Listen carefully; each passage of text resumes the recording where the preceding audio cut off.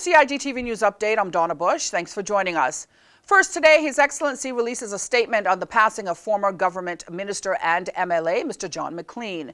It says, "I was saddened to hear the news of the recent passing of former MLA John McLean. Mr. McLean devotedly served the Cayman Islands, dedicating 24 years of his life to politics. During his long political career, Mr. McLean represented East End in the Legislative Assembly, where he promoted new infrastructure on these islands, and amongst many things can be credited with bringing telephone lines to East End. He was a pioneer for development of these wonderful islands. He was also a family man. I would like to offer my sincere condolences to his family and friends. He will be remembered for his outstanding service to these islands and will be greatly missed." The flag at Government House, he went on to say, will fly at half-mast on Monday and Tuesday in tribute to Mr. McLean. In memory of Mr. McLean, OBE, JP, MLA, the Cayman Islands government is hosting condolence books in which the people of the Cayman Islands may pay their respects to the late legislator and his family. The condolence books are available for interested members of the public to sign until next Tuesday, the 10th of September, from 8:30 in the morning to 5 in the evening at the Government Administration Building here on Elgin Avenue, the Legislative Assembly Building, as well as the East End Post Office. Meantime, the Protocol Office has confirmed that flags are to fly at half-mast as follows: at 9:05 a.m. on Monday, the 9th of September, all flags to be raised as normal at sunrise, but then Government Administration Building flags will be lowered in the family's presence at 9 a.m. Everywhere else, flags will be lowered at 9:05 all day on Tuesday, the 10th of September. They will resume normal position on Wednesday, the 11th of September. And of course, you're invited to join us on CIG television as we go live to the Legislative Assembly on Monday as Mr. McLean lies in state. Meantime, the Ministry and Department of Tourism opens learning opportunities and discussions for those who are already or are considering renting their properties through home-sharing platforms to our visitors.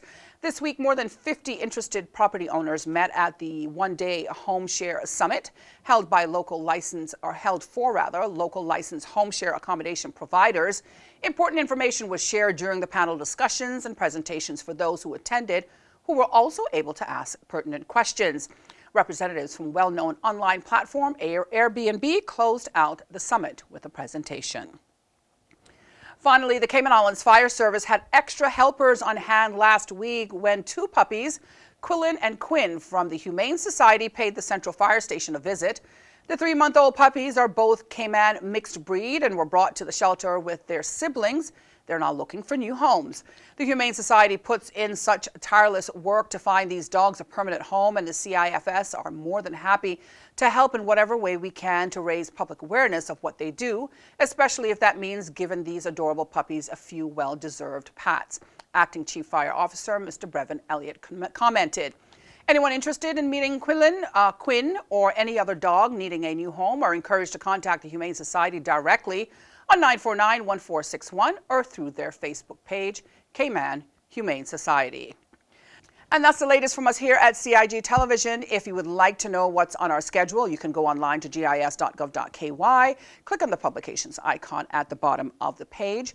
If you happen to have missed today's news update or any earlier this week, you can go to the Cayman Islands Government Facebook page as well as the CIG Television YouTube channel. I'm Donna Bush, as always, thanking you for joining me today and throughout the week. We thank you and we hope that you have a wonderful and safe weekend and that you'll join us back here again on Monday. Until then, as I always say, bye-bye for now.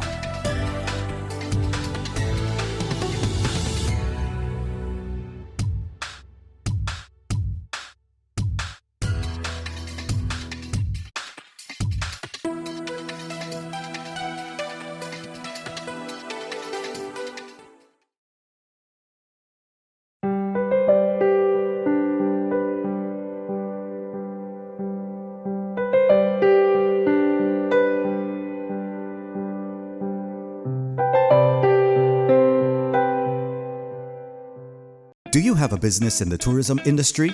The Cayman Islands Department of Tourism wants you to get listed on their website. Visit CaymanIslands.com It's absolutely free and will give your business added exposure on the #1 visited tourism site for the Cayman Islands. Learn more and get listed at www.visitcaymanislands.com/sign up.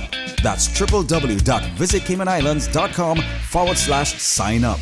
Deadline is August 15th for all submissions. Don't wait. Sign up today.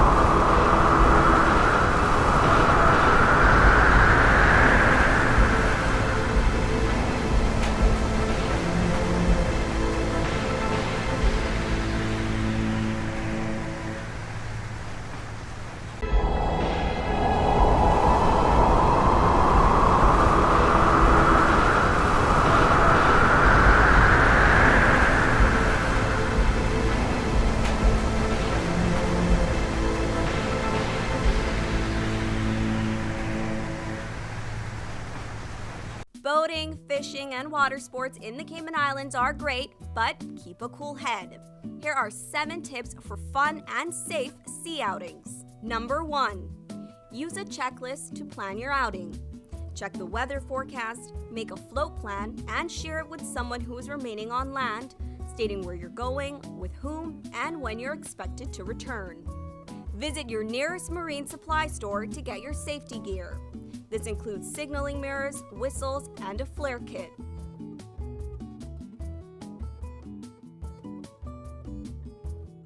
It's also very important to have onboard flotation devices and life vests for each person. There are different types of vests. Some are for water sport activities such as snorkeling, and others are for going on offshore boating or on fishing trips. Number 2. These items can be lifesavers in case of an accident or bad weather. Number 3. Use a motor kill switch, especially if you're boating alone. In case of a leak or breakdown, always stay with the boat until help arrives. If you capsize, an emergency beacon or locator device can send a distress signal to inform the authorities of your location. Larger flares will indicate distress to a boat, airplane, or search and rescue officials. Number 4. In addition to sunscreen, food, and beverages, it would be smart to have a cell phone. Make sure your marine radio works. Cayman boaters use Channel 16 to communicate. Number 5. Also, don't forget your anchor and sufficient rope. Number 6. Boat operators should be familiar with the local waters and reefs, as well as the capabilities and functions of the vessels they are using. Always obey the rules of the sea and the marine environment, and have courtesy for others. Number 7. Alcohol and salt water do not mix, especially if you're the captain. Some useful contact numbers are 911.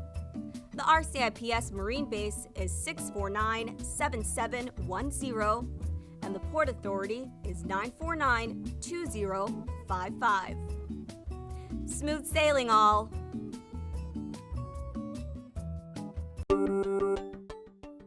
Did you know that planning permission is required for an addition, alteration, or any material change to your house?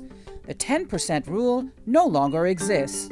Did you know you should check with the department as a planning and permit application may be required?